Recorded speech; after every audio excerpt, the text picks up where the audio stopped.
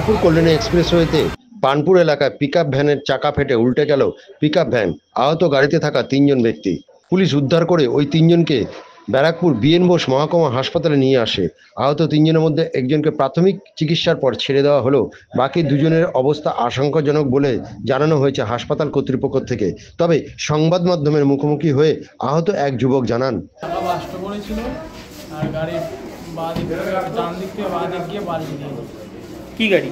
Map Kalyani রোডে হয়েছে? কোন জায়গায়?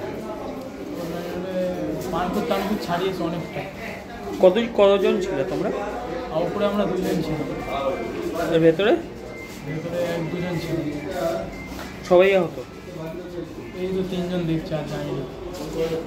আমার নাম নয়ন বাড়ি।